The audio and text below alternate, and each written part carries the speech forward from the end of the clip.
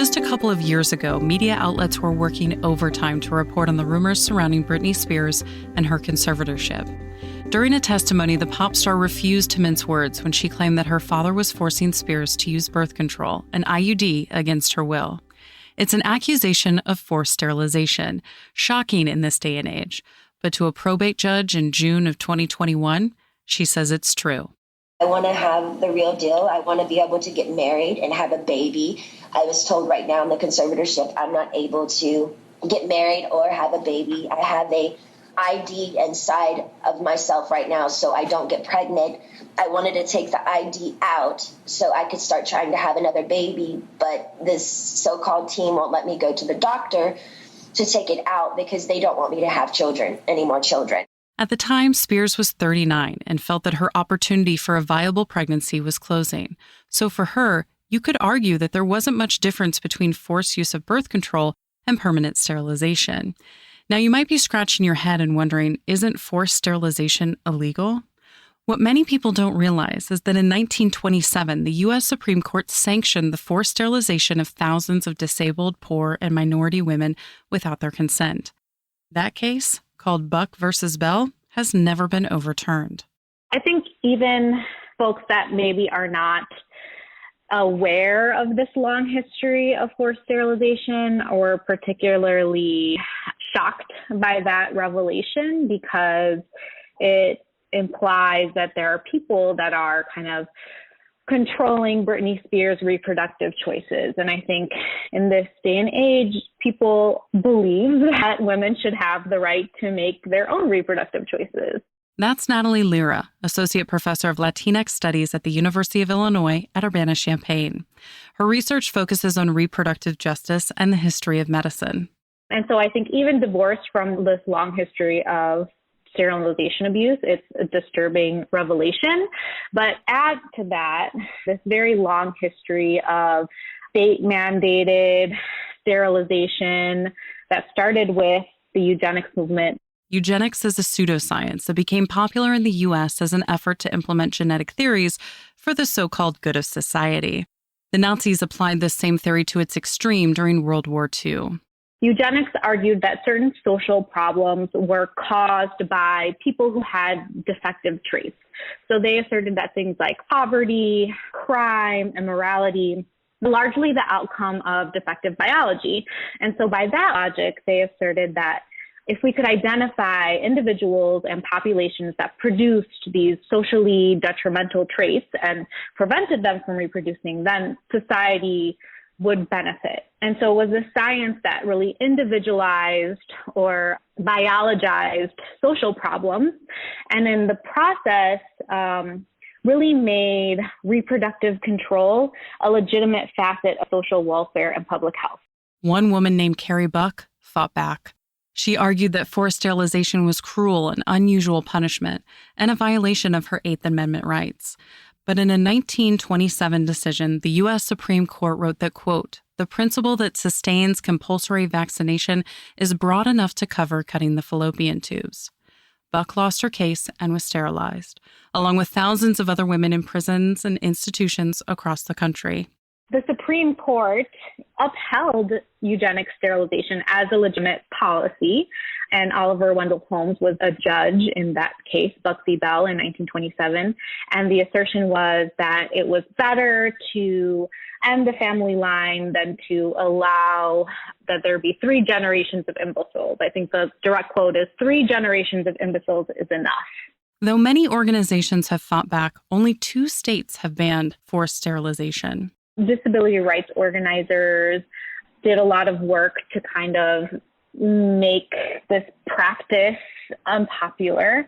In kind of like the mid-20th century, forced sterilization was less systematically occurring. It still occurred in public hospitals and in private settings. For example, between 1997 and 2013, the state of California forcibly sterilized 1,400 female inmates. Court witnesses claimed that it was cheaper to sterilize these women than to support their progeny on welfare. And in September 2020, 148 immigrant women detained by the U.S. Immigration and Customs Enforcement were given what Lyra calls unnecessary hysterectomies without their consent. So I wouldn't say that this has all ended. I think we have many examples where this still happens, and it's not as systematic as it was in the era of eugenics, but we see that people who are kind of marginalized and labeled in different ways and placed in vulnerable positions continue to experience reproductive abuse of all kinds, and even the most extreme kind, which is kind of this forced sterilization. And so, folks that are familiar with this history see what's happening to Britney Spears as kind of part of this longer legacy. Unfortunately, I don't think the Spears case is an outlier. From my experience talking to people, working with people in conservatorships and guardianships, I think the most unusual thing about her case is how much attention it's getting. That's Zoe Brennan-Crone, director of the Disabilities Rights Program at the American Civil Liberties Union. The Americans with Disabilities Act, signed into law in 1990 by President George H.W. Bush, is much of what's at issue. The ADA gives people with disabilities the same opportunities as everyone else. However, substantially impaired people living under a conservatorship or a guardianship lose their civil liberties. There's very little data about conservatorships and guardianships nationwide, so we don't know exactly how many people have this authority, how many people use this authority, how it's being used. We don't have the hard data on it, but because it simply doesn't exist. But we know that this is something that happens, that when a person is put under, the process is called a conservatorship in California, and it's referred to in most of the rest of the country as a guardianship. But in that process, the court is taking away the rights of the person with disabilities or perceived to have disabilities, and giving the rights, giving the opportunity, the power to make choices about that person to another person. That's the conservator or the guardian.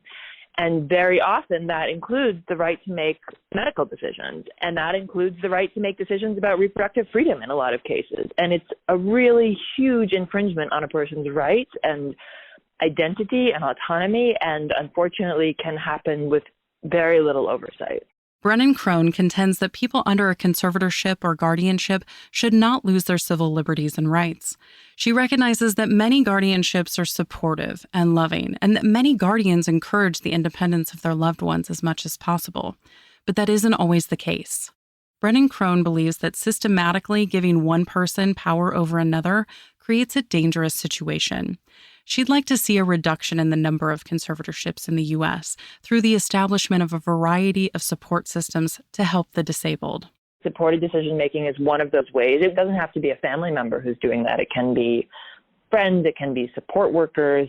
Part of the idea of supported decision-making is that it's really supposed to be many people who are working with you. So there isn't just all that power in one person. And even, technology can make a really big difference also in helping people live and direct their own lives. Like most of us have apps on our smartphones that help us live our own lives, right? Like you have an alarm clock, or you can set a reminder to tell you to lock the doors at night, or you can, all sorts of just sort of like simple things that you can put into place that many of us do already, and recognize that those are ways that can support a person living their own life.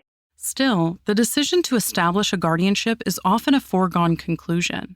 Brennan-Crone hopes to see the day when concerned parties consider the matter more carefully before going to court to take away someone's rights. To say, okay, let's think about, what does this person want? What do they need?